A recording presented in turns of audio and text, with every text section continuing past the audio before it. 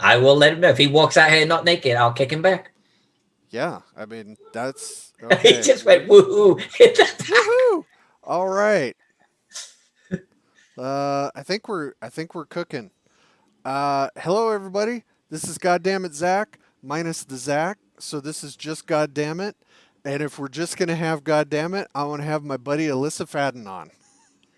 I am down. I am down. You know, I heard Zach say something about not being here, and then I saw that he wasn't here. I was like, okay, just me and Skeet hanging out. I am totally down with this. I'm pretty sure Zach is somewhere at a back alley medical facility being milked for his DNA. And even if that's not what is happening, that's a pretty good story. The picture that just came into my mind though now is not a good one. Thanks No, for it that. isn't. Thanks for It's that mental horrifying. image. But Yeah, little tiny teats just milking him. No, that's not a Arizona, good image. who knows what can happen? For the three people who don't know who Alyssa Fadden is, she's a fantastic cartographer, artist, RPG game runner, um, Roman empress. Um, Romanophile, yeah, history buff, miniature everything. painter. Yeah. Oh, yeah. I've got a whole add-on to the story about the miniatures. I contacted the company and they refunded me. Oh, really? Yeah. Okay. Anyway, Okay. that'll be a Okay. side That's that'll be a that's side a side. conversation Okay. Okay. That's cool. That's cool. for That's good another to know. time. Um, Okay. as some of you may know, if anyone, oh, Jim's there! Yay! Hi, Jim. Um, that just totally threw me off. Okay, so fans of the show and even people who have just heard it know that Zach and I do a small publisher seminar anytime we can get a convention organizer to let us babble for 2 hours. And one, Alyssa has been on the panels. She has given us great advice. She's given us great insight. My son is starting to want to learn how to do digital art. Okay. And one of the questions that I had is where to even start. Um, and Alyssa is currently set up more specifically for cartography, which I thought would be a great way for other people who are interested in drawing maps to get to square one. Like as someone who is amazing at what they do in RPGs, what would your we'll just start with some general advice for someone else who wants to follow in the Alyssa's huge footsteps of being a cartographer in RPGs. What would you say to somebody who comes up to you at a convention and says, "I loved your seminar. I loved watching you draw maps. How can I start? Do I need to have a certain digital setup, or can I just draw maps and scan them? What are you going to tell You somebody?" know, drawing maps or drawing more illustrative, conventional artwork. I'm going to say that my response would be the same every time. By the way, everyone in the chat, love you all. Thanks for being here. Um, so honestly, if someone approached me, the first thing I'm honestly going to say is, "Oh, do you have your book with you? Do you have any examples with you? Because I want to see them." Anyone that's going to draw, doesn't matter if it's maps or something else. Just draw. It doesn't have to be even for anyone else. Just I know that the likes of Alyssa, for example, has like a little notebook. She's constantly sketching all of the time, digital or otherwise. And I did the same with my maps. I drew dozens and dozens and dozens of maps for myself, not for anyone else. Sometimes completely, even partially finished. I just would doodle constantly. Yeah. So I think that's where you start, right? You have to be. I want to say you have to be a doodler. You don't just jump in and become a blom or something like that. Well, I know that our mutual friend Ian McGarty who has actually gotten amazingly good at drawing some maps in the old OSR style. Um, and that's exactly how he started. We would be sitting around the table. It popped in my head. I would just see him doodling little maps, or back in the olden days when you played D&D, Thank you. you actually had to. Where's mine, Jack? You actually had to map Yes. the dungeon as it was being described to you. So that is an art form, and it's been kind of lost because with the online tools, some people don't have that. But I think it's great for you to tell people to just have a notebook and doodle. Well, and so the whole notebook thing, I guess let's take the notebook out of it just temporarily, because there are pads and stuff that you can get to draw Right. on nowadays that are very cost accessible. So it doesn't really matter what your medium is, and we can talk about that a little bit more in a moment. The point is, be drawing. Be drawing something all of the time. Just hone your skills, practice, draw the subject matter that you like to draw. Mine happens to be maps. But look at Keelan. Keelan does fantastic work. He didn't just jump into this 6 months ago. There's a dude that just constantly draws and doodles all of the time. Yeah. And I think that's what you've got to do. It's partly, literally exercising that little artistic bug, exercising your skills, but also, figuring out what works and maybe what isn't working. Constantly be drawing and doodling and noodling. All of the time. I think that's got to be expected, right? And so my understanding would be from that your son likes to draw. Yes. Now, the whole, how do I then convert this to digital? How do I get into digital? And again, I'm not going to get into drawing for someone else or what happens next. We could talk about that a little further down the road here. But there are some very affordable means to take an ink on paper approach and do it digitally. Not only are there free programs and the likes nowadays, but the pads that are out there, ranging in all sorts of different makes and models. So I'm not going to necessarily recommend one. Right. You can get a small pad that you can actually draw on with a pen that comes with it. So maybe it's an optional extra. And it probably comes with a program. I think the Apple pads, for example, do. And just fire up that program, get the pen, and do what you would normally do, ink on paper. You can start to doodle. And I'll tell you what, it's actually more forgiving because it is digital. You screw up, doesn't matter. You can do a take back, you can erase it. And it actually makes you a better artist because you're more willing to go out there and experiment. When ink on paper, stretch a little bit. You can. It's freeing. And I say that as someone who absolutely has been ink on paper for decades, and screwed up. I mean, I've screwed up maps from inking the wrong label on something and gone, oh God, okay, well, that's the wrong word. But too bad, because it's on there now, actually spilling milkshake on a map right at the end. I've done that one too. And too bad, that map's now ruined. Oh, and you've thrown it across the room. I've done that. Digitally. So you're saying your milkshake was bringing the map to the yard? It took it to the other side of the yard, I think, more accurately. So I'm gonna scroll through some of your maps that just highlight what happens when you doodle and get to a level where it's not doodling anymore.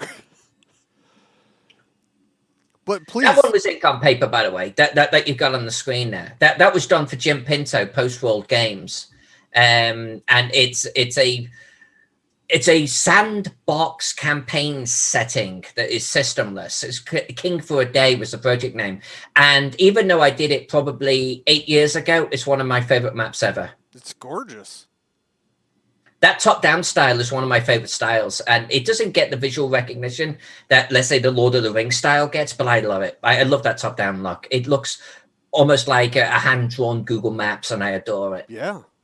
This was also, by the way, that previous one right there. That is Dubrovnik that was also ink on paper. I found out later when Game of Thrones became a thing. I did this before Game of Thrones, that it was used as a one of their sets where they would actually record, and it's like this Western Greek town, Dubrovnik.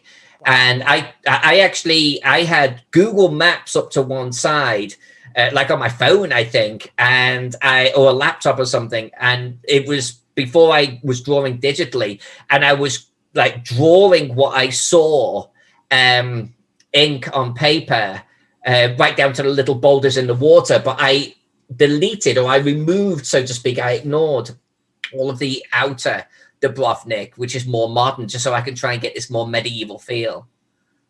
Yeah, I mean, and the color choices make a huge difference in this. Oh yeah, yeah, and I've had so talking about that, be willing to try something and screw up. I have maps I've actually done recently where I have actually hated the coloring on it, and I'm not going to name the maps, but like I look at it and I was trying something and it didn't work. Sometimes I'll try something and it does work. So I think you've got to be willing to experiment, just all of the time. This is one actually where I didn't think the coloring did not come out as I wanted it to. I was trying to do something that felt like an Icelandic fjord, and I actually pulled up photo references for coloring purposes. And I think that, by the way, you can do that too, regardless of your medium. Pull up photos and like you can. I was going to ask you if you have something, if you ever just have something similar to what you want to draw.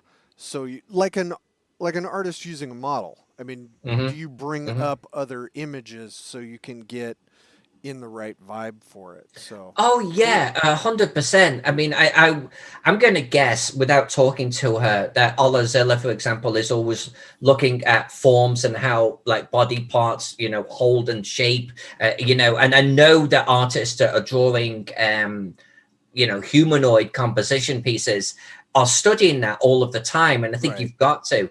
I do the same with land masses and such. I go off and I look at real world maps. I look at different types of coastlines. And if I'm looking at fjords, I actually went off and looked up different fjord area maps just to get a general feel for how they are shaped.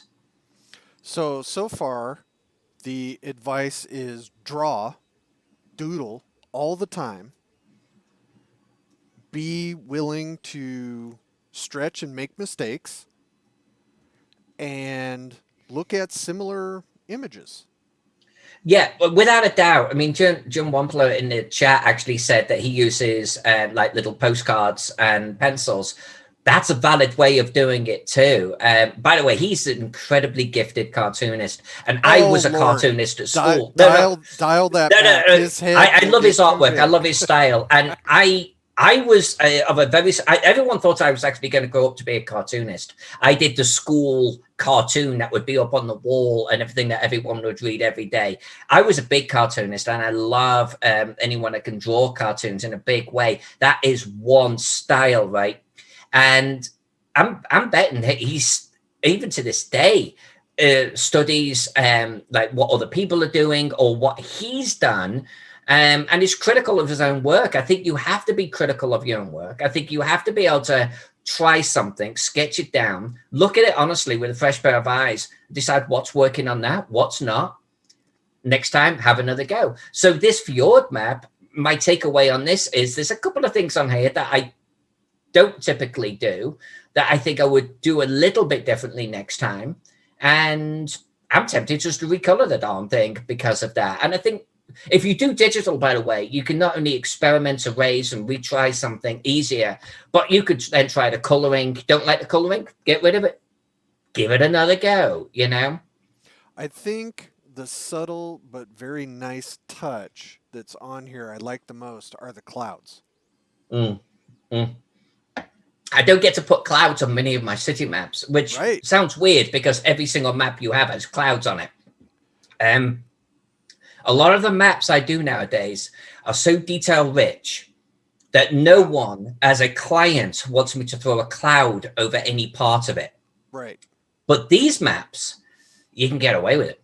And it was Zach actually a while ago, because I think the first map I ever put clouds on was his Whisper and Venom. Yeah. And he loved them.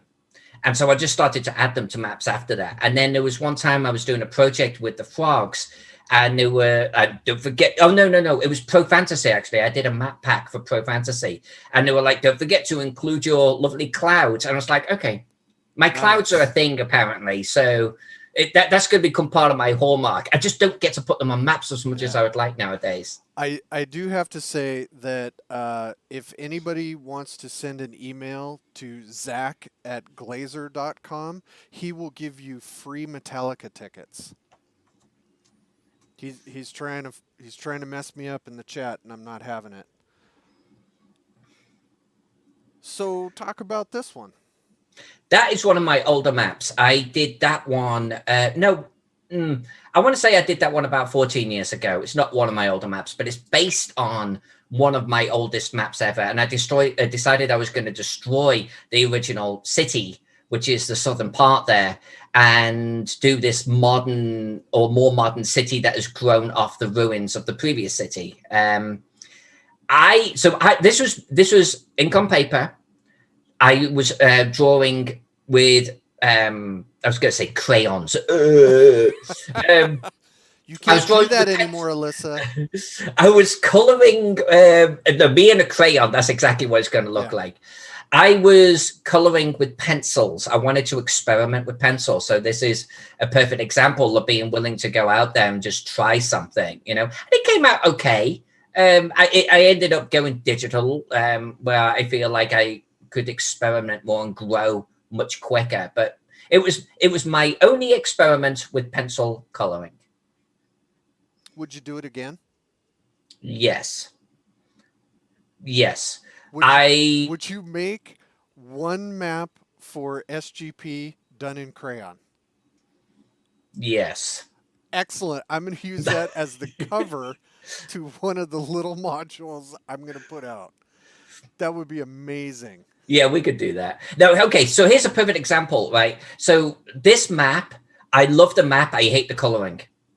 And I did this only a couple of years ago, a few years back. This is based upon there is a lot going on there as far as contours.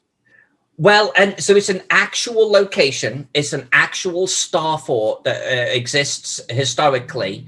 The river, including the man-made reshaping of it, is real.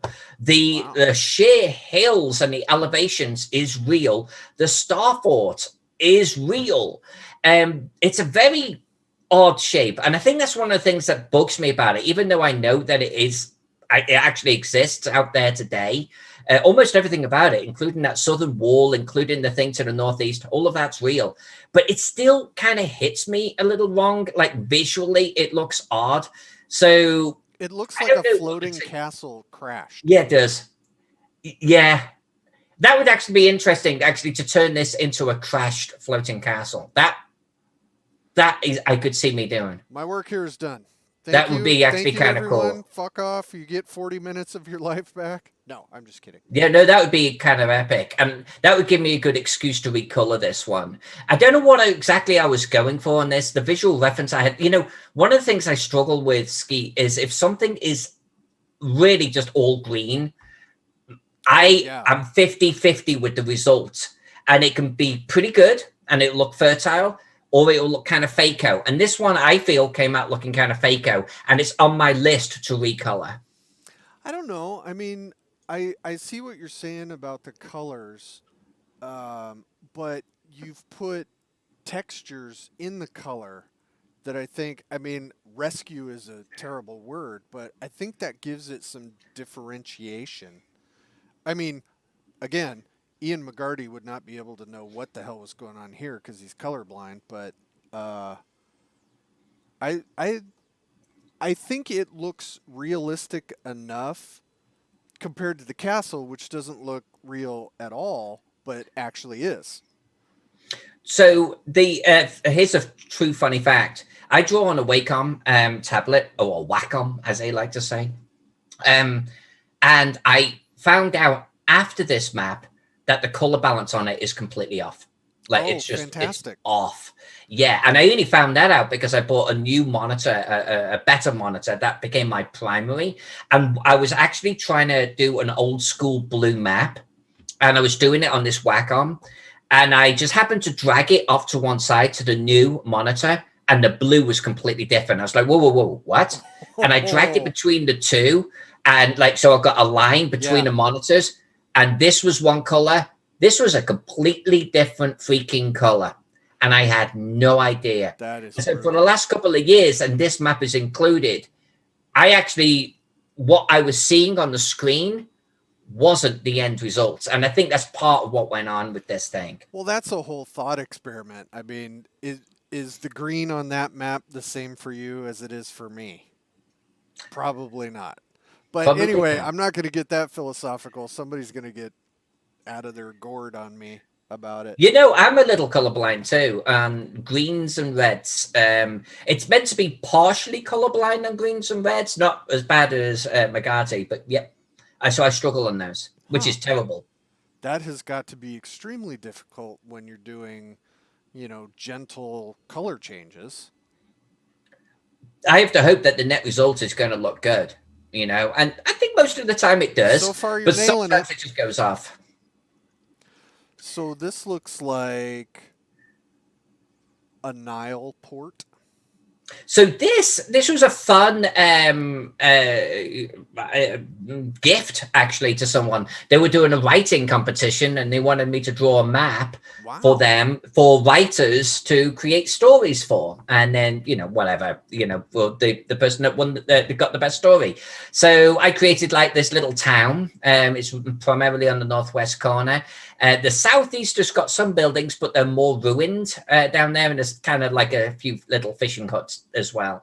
It was actually one of my quickest maps. I think it was more of like a day or a weekend sort of jazz. So for the people out here that are looking at these and going, "Oh, I can never draw anything like that," uh, if you sat somebody down and we're going to hand walk them through a map like this, where would you start? And Well, I honestly, know that's going to be different for every person, but well, no, not really. Because funny enough, on my Patreon, I've got a written guide, and on my YouTube channel, I have a video guide, and they're kind of like a companion set to each other. Well, I actually start with a completely blank slate, and I explain blow by blow how I even think about it, how I think about the composition of the landmass itself, how I think about shape, how I think about form, how I think about just the roads, the placement of the roads. Before I even get into drawing any buildings, I've just got done doing a video of how to draw warehouses. And so well, line shapes you can think about to invoke a warehouse-like shape. I'm glad you segued into that because it allows me. Oops. If I can get the right window up, we're gonna take a few minutes and watch a little video. So yeah, one thing that I'd like is I actually take screenshots of every step of the way. Like every couple of hours, I basically take a screenshot, Yeah. and I actually do like threading them together like this. And what I'm doing with the written guide and my YouTube video is trying to slow this down into an almost half hour by half hour steps of how not only I draw these, I don't just draw them like, and then you draw the owl, like the meme, but I explain why I'm drawing it in this shape, how I could vary that shape to create other, variations of a workshop and so on and so forth. So I just go into a lot of depth for doing exactly this. Yeah. The coloring of the trees, by the way, is always the fun part of it. Just so everybody knows, I mean, it's very obvious when you've been in the business, but I mean, you don't have all of this thought out when you start necessarily, do you? I mean, do you No, see this at the I very don't. beginning? No, there's elements I might see, and funny enough, I was talking about that recently on a Twitch show that I was doing. Um, no, and I don't know if that differs from illustrative artists of a more conventional nature. Um, but sometimes I actually don't see the final piece 99 times out of 100. I might see general shape and form of some elements, typically on a larger nature. But everything that happens beyond that, I have no idea. I mean, it's like I dive so deep into it and I just add a building, add a building, add a building, add a building. By the time you zoom out and look at the neighborhood, I'm like, huh, that's how it turned out. And honestly, it's as much of a surprise to me as it is to anyone else.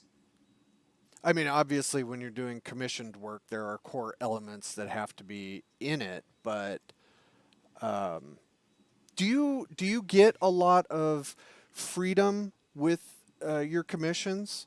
I mean, obviously, there are Most. specifics. No, that's a really good question. That's a really solid question. So the truth is, like when I'm planning a map, I always start with what are the key geographic features that I have to incorporate here? There's a river running right through the middle of it, or the city is in the middle of a river, or there are hills all the way around, or it's between two cliffs. It doesn't matter what it is. Typically, there's some kind of geographic aspect to this map that has to be incorporated, right? Rome on multiple hills. Right. Once you've kind of got your general lay of the land, literally almost like a god saying, this is where I'm going to place my town or city. Then the next is, what is the shape of my city within this? And it could be, it doesn't matter if there's walls or not, there's a general shape within it that you could sketch out. And then the other part is, it's almost like you're coming from like top in, right? I am a god looking at my land. How big is my city? What's the general shape of my city? Now, when you get within the city itself, what are my districts? What are the key points of interest? Is there a temple district? Is there a temple upon a freaking hill, a la Athens? Is there a particular port like Carthage? And if a client doesn't tell me that, I always ask them. And they typically always have, I don't care, but I need these 10 things. And those are the things, it could be cool if you could put X here. Right. And the more clear a client is on that, the better. Like I had one recently where they were like, this has got 200,000 people living in here. This is the rough shape. There's a river here. Like they knew this. And if they didn't, I was going to extract it from them. This side is the rich people. Here are poor people. Here is the main harbor and military harbor. Over here, we need a temple district. So, and if a client doesn't point that out, I will ask them. And most clients have at least half a dozen things that they want to add. And I will just mark those areas. Everything in between is always free form. And the more freedom I get, the better the end result will be. So how often do you get map requests and have to go back to the client and say, this doesn't work, your idea doesn't work for these reasons? Because it's got to come up. No, and it does. And it happens probably, honestly, let's say 25-50% of the time. So I kind of want to answer that in two different ways. And I'll use the recent example of Age of Antiquity, actually, which is a big, huge map. 200,000 people are going to live there. It's going to be a 4-page fold out. It's going to dwarf Gaxmore. It's going to be a big map. And that's my summer project right there. They're the ones that actually had a firm idea about what they wanted to see. Mm-hmm. But when I actually positioned certain elements, certain things weren't working. But I could start to think about it. It's almost like, like if you're a traditional artist and the customer asks you, I want to have like the woman looking over her shoulder with a sword like this, and they start describing a posture that the human body can't do. Right. And I think, there's a lot of good artists out there that would go back to the client and say, look, this is the more natural form about what you're trying to get, but you're going to have to make some changes here, because otherwise her spine would crack. Right. Well, it's the same with maps, and I've found so far every single client is open. If you go, look, so this is the harbor. I did draw it as the Carthage harbor, but I feel like the end of it should be a little bit bigger because it feels a little bit more substantive, a better sort of balance to the whole map as a whole. And I put it on a slight angle on this one, and I moved it slightly. They're always like, okay, yeah, makes total sense. Like, I've never had a client say, I don't care, put it back how I had it. And you are able to do this because you do it digitally, correct? I mean, that seems like it would be significantly harder for pen and ink just doodling. Yes and no. The map that you're looking at right there was done pen and ink. Most of the maps you've actually seen today were pen and ink. What you do is you just start with a pencil, Jim Wampler style. Pencil on paper, you can like sketch things out. And honestly, that's how I started. Same principle. Blank piece of paper, sketch out the key location, sketch out the key wall shape. That all of this came from that. Get things kind of, okay, there's going to be a castle in the center, some outer walls, all with pencil, all really super rough, coastline here. And then I would start to ink in once I was happy with it. And I do a similar principle with clients right now.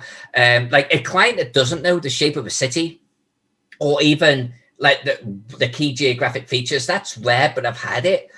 Where it would be like, so tell me about your city. And I've genuinely had, well, it's been around for 400 years, and there's a council of 3 in charge. First and foremost, don't care. What about the shape of the city? Right. Their closest ally is 200 miles away. Stop. Don't care. Move on. And their principal trade is wheat. And I've had this genuinely. And it's like, dude, think about the shape and the composition of your city and everything around it.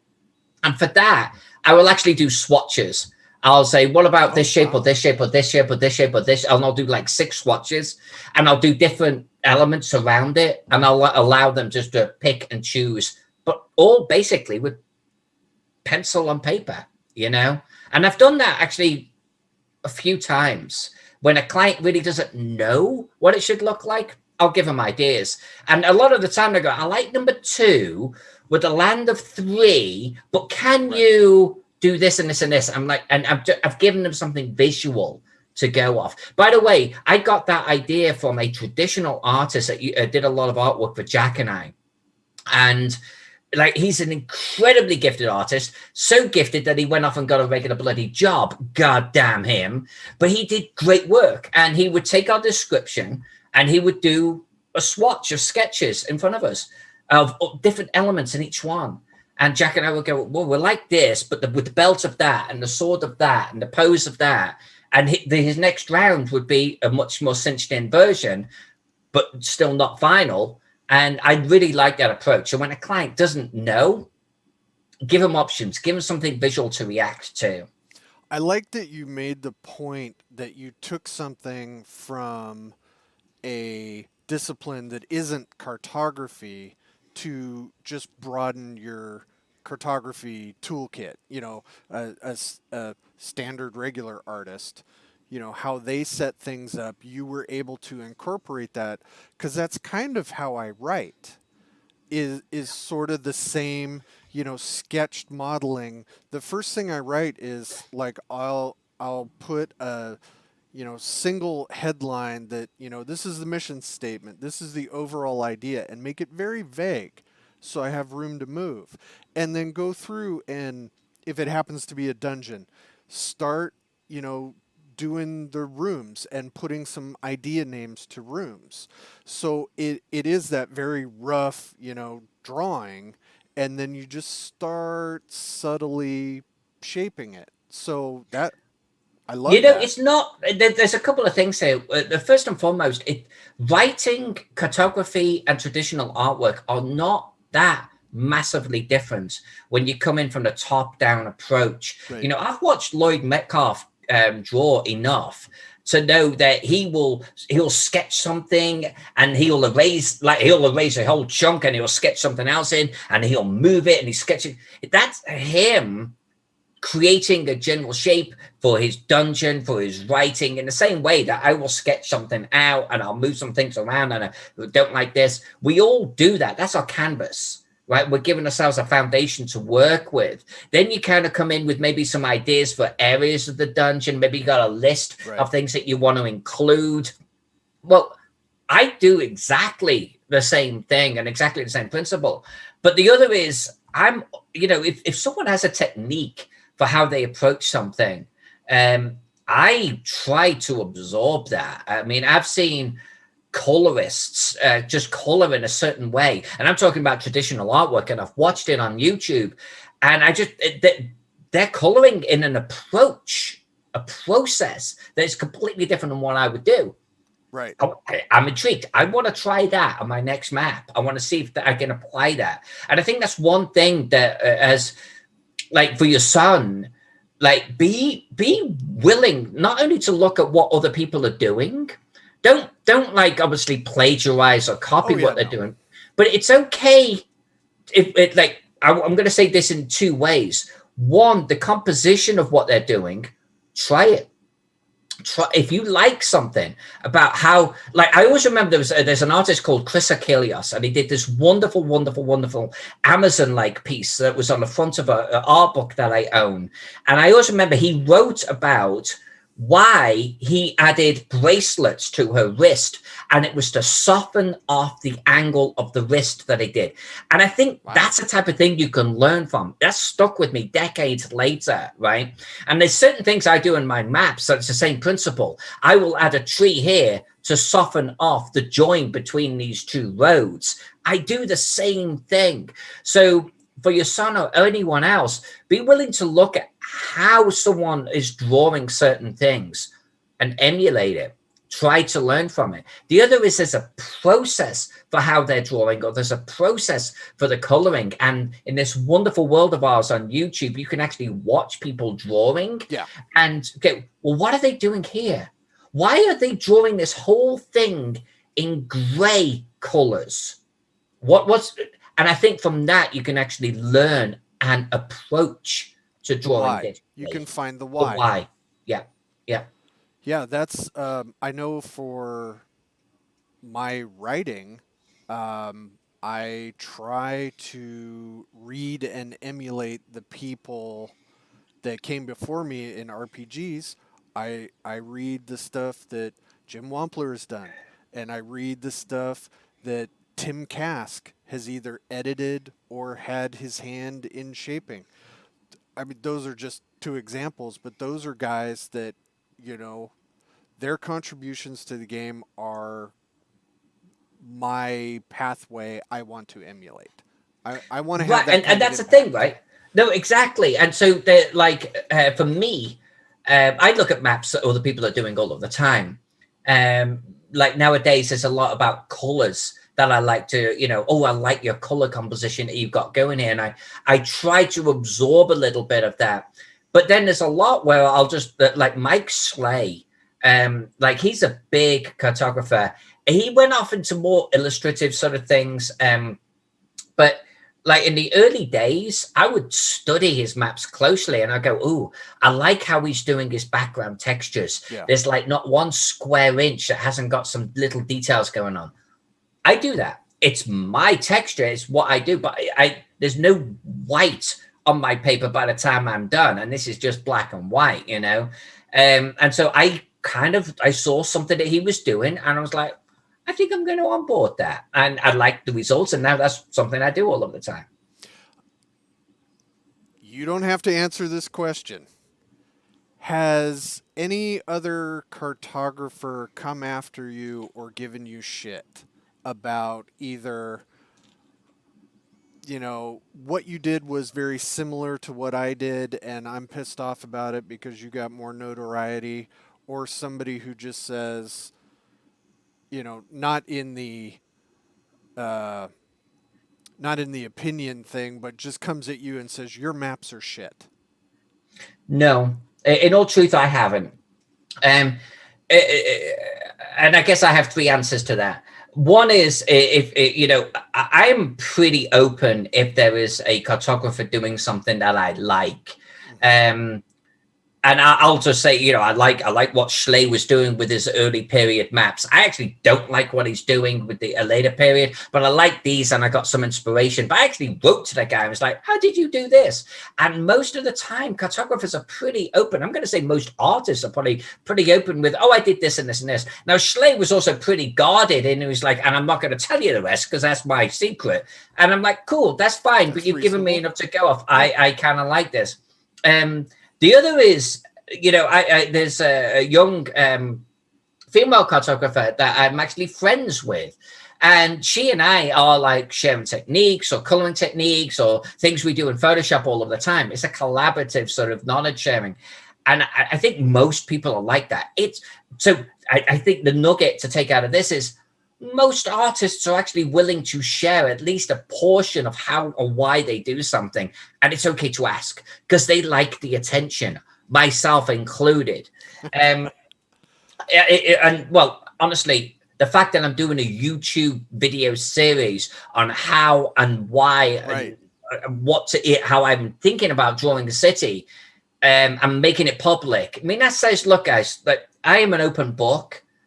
Go for it. I want you to be able to draw maps. You know, I genuinely do. This is how I do it. If this can give you even 10% of something to run with, then I'm a happy camper. You know, that's just genuinely where I come from. I think because I'm like that, I don't think I can't imagine someone coming at me. I don't copy anyone, right? So no one's going to come at me and say, "You're copying my style." I don't copy people's styles. I realized a while ago, and here's another nugget to learn.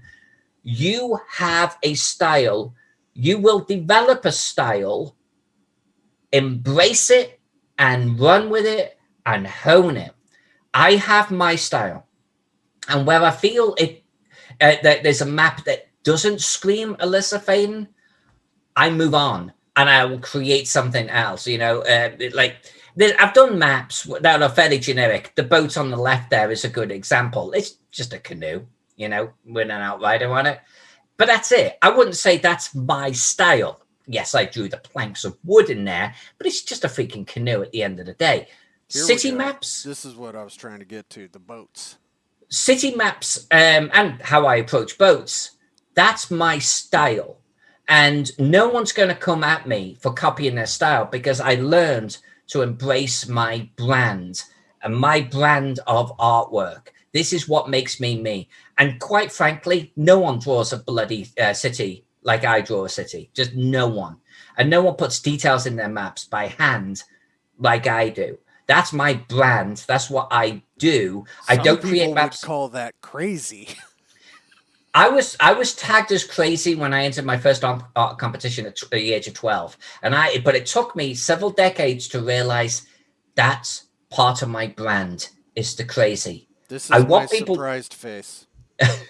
I want people to look at my maps and go, "What the hell?" That's part of what I want to capture. Every time I see one of your maps.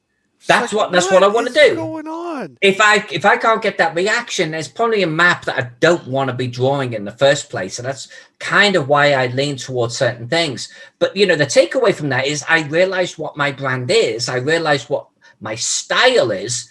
And I want to play to that. And I don't do a map that's less than 40 hours. Most are 80 or 120 hours a piece. That's what I do. If you need a map done in 4 hours, there's plenty of people out there that do that. Go get them. I'm not interested. I want to be able to put something on this map where years later someone points at it and goes, "Is that a dolphin mountain? What the hell is that?" It's like, congratulations. Yeah, I added that. You know, I want to be able to add Easter eggs. I want to be able to add stupid level of detail. And I want to... Skeeter, I don't know if I told you this, but the art competition I won, I was probably about... Actually, it was middle school. Holy shit, I was middle school. So I was probably about 11 years of age. And it was like the city of Chester was doing an art competition for all of the schools to draw something that captured the city of Chester. And the city of Chester has got this history that goes back 2,000 years with no exaggeration, because it was established by the Romans. No wonder I'm a Romanophile, right? Of course. Well, but it's got a lot about it that is, 100 years old, 200 years old, 300 years old. And we have this old clock that goes above Eastgate Street. And it's iconic. It is an iconic clock. It was like built 200 years ago or something like that. Eastgate Street clock. Well, you can guess what all of the kids were drawing was that effing clock over and over and over. Just everyone picked that. What did I do? I did the Roman Colosseum that we have in Chester. That is now a ruin. Jeez. But I drew it back in the day when it was whole, and I did it with all of the spectators in it. There were thousands of them. And I did it pencil, and then I did ink over the top. Thousands watching a gladiatorial competition going on. I was the only kid that did something like that. Yeah. And it was nuts. It was nuts. And I didn't realize it, but that really was the start of my style, because people would look at it and go, what the hell? And you've got all of these different facial expressions going on in the audience. That's what I want to do with maps, man. That was the birth of me, So let's talk about Teagle Manor and Easter eggs. What are some of the things that you can talk about that you hid in Teagle Manor? So okay, so or Bill highlighted because of the story. Well, okay, there's a couple of things. I mean, I'll just tell you the ones that are top of my head. Do you remember Expedition to the Barrier Peaks, and the word egg is written in to the one of the levels? Really? You're asking me that question? Okay, I'm going to take that as a yes. Okay. I love that. So I wrote Bill Webb in brick in one of the walls, and I don't even think he knows that. Jeez. But it's there. God. It's there on the map. And just in the spirit of egg, right? Yeah. So Bill Webb is written into one of the walls, and there's he doesn't know that. Like years from now, he might figure it out. Obviously, I've got the For a Good Time called Zach. Thank you for just assuming he doesn't watch the show. Hey, I appreciate. He doesn't watch you. He doesn't watch me. I'm not sure he even knows what YouTube is. Solid. So I've got For a Good Time called Zach, written in graffiti in the restroom in the outhouse, of course. I've got Zach's body holding his favorite role-playing game of all time in his hand, which will remain nameless. Nice. I've got dead Jen standing over him as a ghost. Those two bodies are also in Necropolis, by the way. They're going to be that I do for the frogs. And there's all sorts of like little tiny details about like blood on a bed with a knife and things like that aren't part of a room description that just make the players go, what is that? But the main one is, of course, the gazebo, the dreaded gazebo.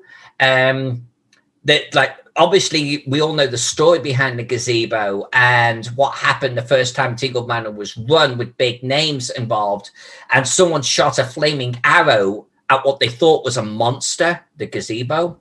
So I've got a flaming arrow stuck in the side of the gazebo, because you got it. And of course, the pièce de la résistance, though, Skeet, is there is a guard room that I've drawn in one of the towers, with all sorts of like bunk beds and things like that. And there is a D&D game going on one of the tables, complete with dice and things like that. And I've got a DM screen set up, and I have your game set up behind the DM screen. My claim to fame, I am part of an Alyssa Fadden map. I am so happy. She showed me that, and I was just like, oh, you got to be kidding me. Because the crazy thing is, you can absolutely see, even in as tiny as it is, you can absolutely see that that's the module. That's the module. Clear. You can see it. You can see it. So that was super crazy for me. and It's a, thank you it. again. I just loved. Yo, no, man. Every time I look at it, it just makes me smile inside. That's the type of thing. It may mean nothing to a lot of people, but it means something to us, and it's part of it now. You know, you do a map like Teagle or Necropolis or Gaxmore, and you become part of the canon. You know what I'm saying? Right. And I have put now your scenario as part of the canon of Teagle. It's there. It's part of history as far as I'm concerned. Oh man, I bet that means the frogs own my module now. Damn it! Legal hassle. I'll be getting a call from that Matt Finch. No, just kidding. Um, no, that's God. That is so fantastic. Like Ed says, Ed loves Easter eggs. Ed Yeah. loves eggs. I love Easter. I love Easter eggs too. And honestly, I think it came from Expedition to the Barrier Peaks and egg being written upside down in there. It kind of just sparked something in my head. So if a commission allows itself, I love adding things like that. And, you know, at the end of the day, even on city maps, I want to add things that invoke that type of thing. Like in the middle of a slum, there's a green tree. What is this tree about? You know, and it's I just want people to see shit and go, what's this? Yeah. And I Ask love doing ask the things like that. questions. Get the Ask get the the questions. questions in there. So for starting out cartographers, I think what you've captured here is get out there.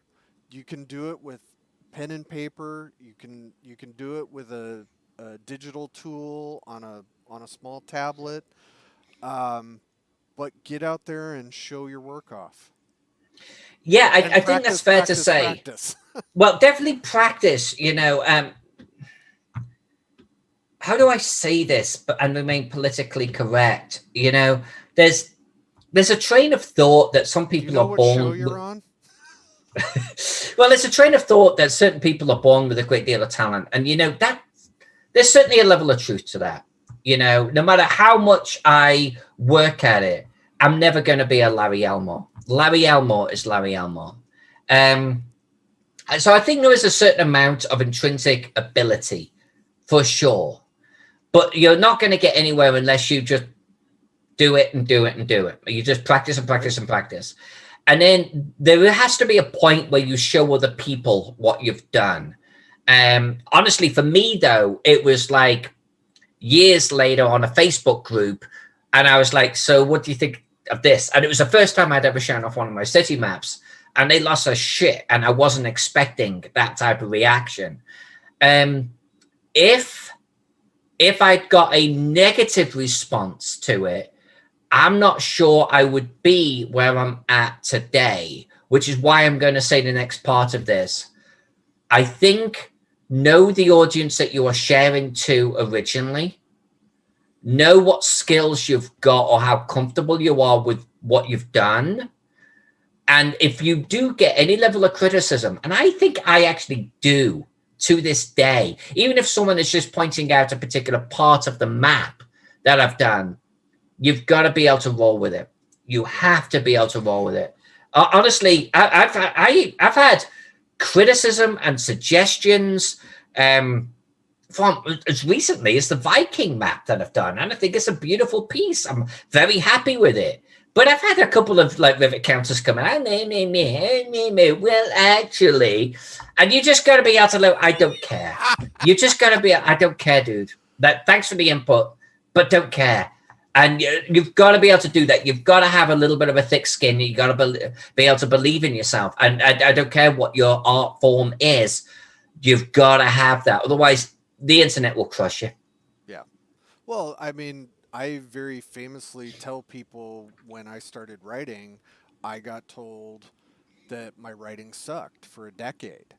And then it was so bad I decided not to write and do anything about it. But after that, just because of the way it worked out and I was working behind the scenes in RPGs, I had to write little bits here and there. And I just, for the next decade, continued to practice. And it sort of worked out. You know, one thing that has helped me actually, and my type of personality is I always like to try and grow and get better. In fact, there isn't a person on the planet that's going to be a worse critique of or critic of myself than me. I am my worst critic, and I would actually Yeah. invite everyone to be exactly the same, because then everyone else on the planet, they don't matter, because you're your worst critic without a freaking doubt. And you should be able to look at your pieces that you've done now, yesterday, a year ago, doesn't matter, and go, this is what I would do differently now.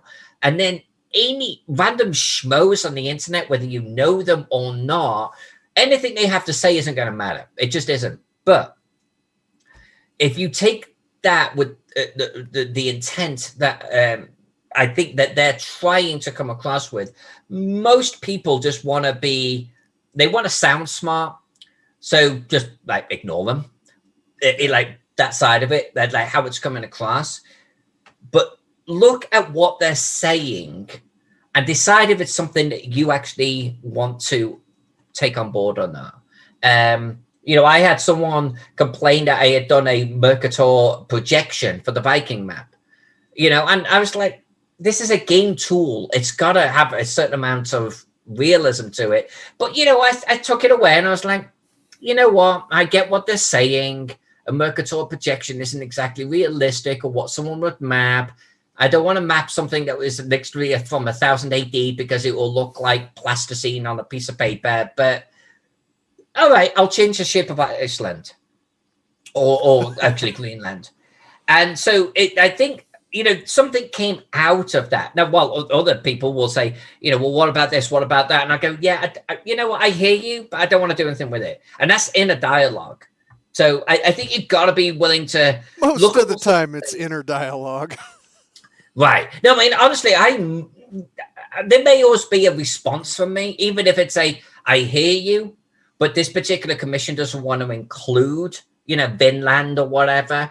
So, you know, but you know, there's other there'll be other things that I'll take on board, and there'll be other things where I'll look at it and go, yeah, I don't want to do that. And honestly, the Viking map has actually been had quite a few suggestions wrapped around it, but I'm happy with what I'm doing, and you've got to believe in yourself. So, you know, it doesn't matter if you're painting a miniature or drawing a model or whatever else, you do it in the same way. You know, if someone gives you some criticism, did you invite criticism? That's the first thing. The next thing is just look at what they're saying and decide if you care about it or not. And it's going to go in one of three pigeonholes. Yes, I care about this. This is valid feedback. I'll come back to this tomorrow. I'll sleep on it. Maybe there's something I can take away from it. Or no, I don't care, and just throw it away and stop thinking about it. And you've got to be able to do that. Well, we are just about at our time limit, and that was an excellent way to wrap this up. In a 30-second elevator pitch, how would you tell a new cartographer what they need to focus on? Realize the type of map that you want to draw and be really good at. For me, it's city maps. That's my shtick. I will go to bat against anyone in the world on my city maps. Dungeon maps, not so much. World maps, not so much. Pick your thing and get really freaking good at it. That that is awesome. Specialize. All right. Thank you, Alyssa. I appreciate you filling in for my wayward companion normally, who is again being milked in an alley somewhere in Arizona. I'm sure of it. Um, we have alyssafadden.com. We have Alyssa Fadden on Twitch. She probably has a YouTube. She's got a Jack running around somewhere. We haven't seen him yet. There's a ton of cats. And with all of this going on, she can still make the best city maps in RPGs right now. Thank you, Alyssa. Absolutely. Love being here anytime. Thank you, everybody in the chat. We will see you later.